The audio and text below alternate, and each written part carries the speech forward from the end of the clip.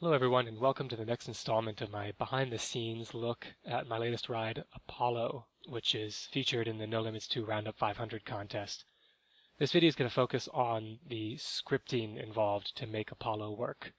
I'm going to try to make this video interesting both for folks who aren't familiar with scripting by showing the code and describing kind of the conceptual features that code controls, as well as make it interesting for the people who are familiar with scripting by showing some of the more difficult and trickier aspects of the ride to code. So before we dive into the scripts for Apollo itself, I wanted to touch on the Tower Ride launch abort. This is the only part of the park that was really standalone and essentially drag and drop. So launch abort is essentially an SNS shot tower like at Cedar Point or Dorney Park, but the bogies are free spinning, allowing the riders to flip. Now the rotation of these bogies is physics-based, and we can see kind of off the start some of the physical parameters here, like the acceleration from gravity, the moment of inertia, and the stiffness and damping coefficients for the gas spring dampers at the ends of the bogies. And there's also other kind of plenty of objects too that are going to have to be animated as part of the script.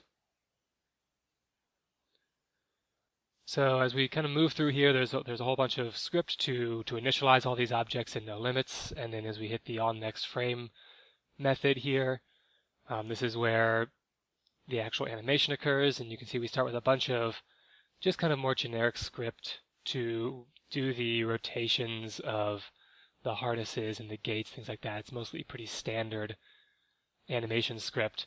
Here we get into the animation of the main gondola, which is done through a large switch statement, moving through a set of conditions on one condition to the next. Any time that the ride switches between positive and negative G's, it plays this piston sound. As we keep scrolling, there's more animation of the harnesses now opening and gates opening. As we get down here towards the bottom, here's where we start the calculation for the rotation of the seats. And again, this is physics-based, so the code's doing the sum of moments around the rotation axis and properly applying the rotational acceleration, velocity, and then angle stored as the z, y, and x here.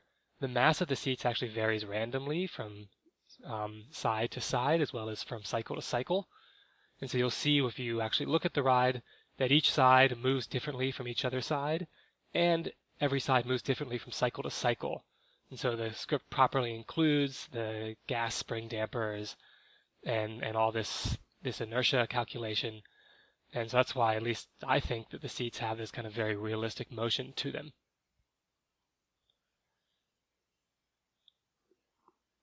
So now moving on to Apollo. And we're not going to look at every aspect of the scripting here, but just focus on some of the more interesting and kind of visually present items. Basically, every moving thing in the ride is controlled by this Apollo controller script. And we can see this script has a lot of custom classes in it. The Apollo train, the crawlers, the camera, launch smoke steam clock, station storage, VAB doors, tons of them. There's actually 12 different custom subclass objects that were used to make all this animation happen. You can see there's a few timing variables here. We go down through, we have initialize all of these. We go down through, and on the next kind of every frame of the animation, you can see that we basically often just kind of call some sort of an update method for each of these classes, and then the actual code for most of these is really handled in their own separate classes. Now the biggest script by far here is the block controller. I've been making block controllers since the early days of NL2. It's something I've really enjoyed to do as someone with a background in engineering. And so I actually kind of reverted back a bit to that old style where the entire block controller is in a single script rather than breaking out into additional subclasses like is common to do and probably is a little bit better if you can just do a standalone block controller in terms of coding logistics. So the block controller itself, though, is a typical controller, but it was needed to include the two crawler split to ensure that the train objects would be passed properly from their dummy trains onto the being controlled locally within the scripts, and we'll see that in a little bit during their rollout to the pad. And so I do want to kind of pull in here one quick little kind of interesting thing is that one interesting possibility that was kind of unlocked due to the custom block controller. And if you look at the transfer table for Apollo, you'll notice that not all the tracks have the same spacing. There's actually 16 feet between the main track and the maintenance bay, as well as between the maintenance bay and the storage bays. But there's then only half that distance, or 8 feet, between the different storage bays. And so this is done in the block controller, that when you go to move the transfer track off, say, the main track, it's actually moving that transfer track 2 positions. And so it looks to say, hey, position 0 is the main track, position 1 is the next one. That one I actually don't want to be using. So if I go to position 1 from position 0, I'm actually just going to go move directly to position 2. And likewise, 2 goes to 4, and then 4, 5, and 6 are the storage tracks. And so it's actually skipping positions 1 and 3 here, which allows for these 2 different spacings. The block controller also triggers several timers. They're kind of all throughout the script. I'm going to pull down to the bottom on one of the track triggers here. And this is ultimately a global variable that's used to coordinate the different animations of things like the launch smoke and the LEM animation, the countdown clock, and all these other classes that need to be synced up with the trains. And so that's why when we run the controller, we update this trigger times variable. That information gets respectively kind of passed in to all the other classes that need that information. So the next script I want to take a look at is the train script. So this is the script to actually animate the train itself. This is mostly kind of your standard train animation script, and if I kind of skip a lot of at the top, because we'll get back to it, there's essentially a bit of code here, and this is what governs most of this script here, is when the train's not on the crawler, it just basically gets attached to the dummy train that's out of view, and that works exactly how pretty much every train attachment script in NL2 works. Now the big deviation of this is when the train enters that crawler, and then that's what all this kind of up here is for. And so the train's position and rotation now, when you do this, get directly calculated within the script instead of referencing that dummy train. And so there's a bit of kind of timing and geometry involved in this to keep the train and the crawler itself synced that it's sitting on, so they don't move kind of respective to each other when the train's on the crawler. One of the most difficult things was actually making that handoff, since the exact location of where the train stops on the crawler is going to depend on the frame rate and the time warp, and so it can actually shift a little bit from run to run. Everybody's machine is going to be slightly different, and so there's actually this offset variable up near the top here. As you come on, it actually pulls in the position of the car, and the first thing it does is actually slowly modifies that position over the course of 3 seconds. Say if you've kind of overshot where you need to be, it backs you up a little bit. Or if you're a little shy of where you need to be, it pulls you forward a little bit to actually smoothly perform that handoff. This script also, if you come down to the very bottom, it controls the sounds that the train makes. And this consists of kind of a rumble sound, a clacking sound, and if you're in the on-ride view, a wind noise. And you can see how in here how the pitch and the gain of these sounds gets modified depending on the speed of the train. It also triggers the audio for the LEM landing. The next script I want to take a look at is for the crawler. The crawlers have a lot of moving parts between the track, which isn't just a rotating track, it's also a hydraulic ram and linkages. And there's the track clamp and the crane and the bogies and the tracks and these platforms.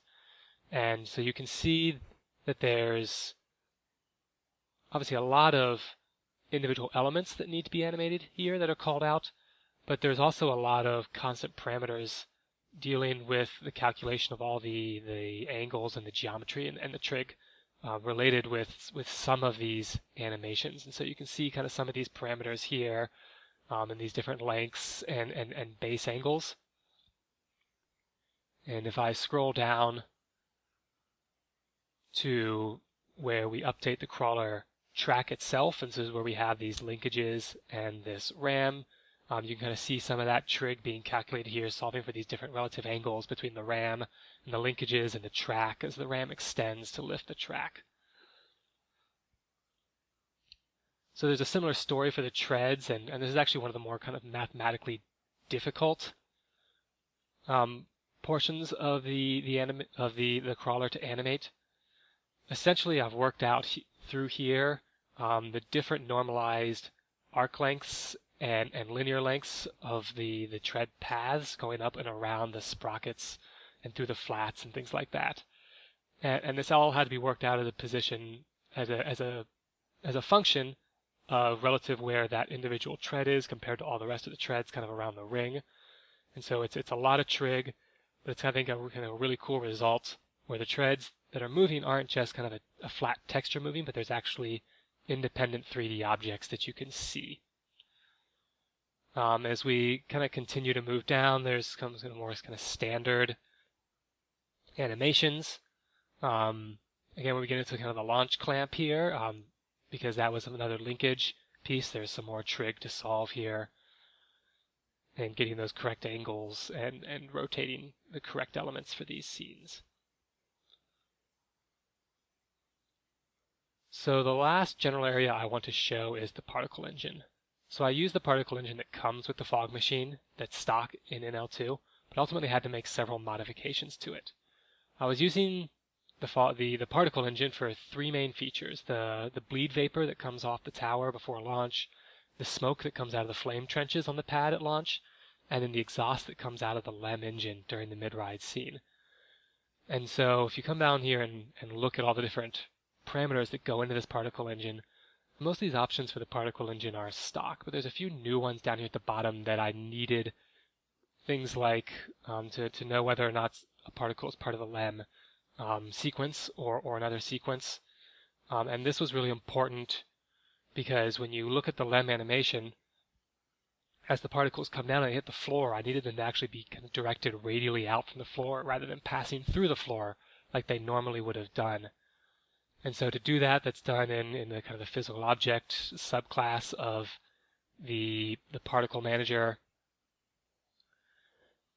And when I go down, you'll see there's a check to see if this is a LEM particle, and if it is, when basically it tries to go beneath the floor, essentially its velocity gets redirected radially outward in a random directions. That way you kind of get this going outward in all 360 degrees. And so this is an example of kind of the little tweaks. This isn't the only one that I had to make in order to actually apply the stock particle engine to the different applications that I needed for Apollo. Now that's all I'm going to go over for the scripting. Obviously there's a lot more scripting that I didn't show here, and most of that's kind of more typical in nature. If I go and look, there's all the different subclasses here. We hit about 5 or 6 of these files, but there's probably another 7 or 8 of these files that we didn't even look at today. A lot of these are kind of more typical in nature. Things that move the transfer table, the VAB doors, the station gates and platform. They require scripting, but it's a lot of just kind of basic translations and rotations. And so it's not anything kind of too advanced in terms of NL2 scripting.